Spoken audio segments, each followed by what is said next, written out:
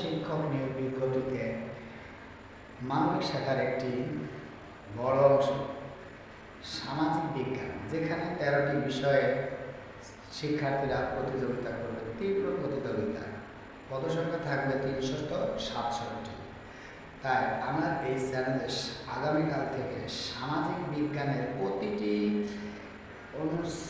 প্রতিটি চ্যাপ্টার ধীরে ধীরে রুটিন মাফিক প্রতিদিন আমি আলোচনা করব এবং এনটিআরসি নতুন করে হয়তো কোনো সিলেবাস দেবে না। এরা অফিসিয়ালি বা আমরা বিভিন্ন গণমাধ্যমে জানতে পারছি এনটিআরসি বিগত 18তম সিলেবাসের আলোকেই প্রশ্ন করবে, তবে রিটেন এমসিকিউ। তার মানে আমরা বুঝতে পারছি 18তম নিবন্ধনের সিলেবাসের আলোকে আমাদের টপিক ধরে ধরে পড়তে হবে। তার মানে 18তম নিবন্ধনের 10টি ইউনিট ছিল। তার মানে আমি আগামীকাল থেকে প্রতিটা ইউনিটের প্রতিদিন একটু একটু করে প্রতিটা অংশ আমার এই চ্যানেলে আলোচনা করব। অতএব সামাজিক বিজ্ঞান বিষয়ে পূর্ণাঙ্গ জ্ঞান অর্জন করতে আমার এই চ্যানেলটি সাবস্ক্রাইব করে রাখুন, এতে আপনাদের উপকার হবে।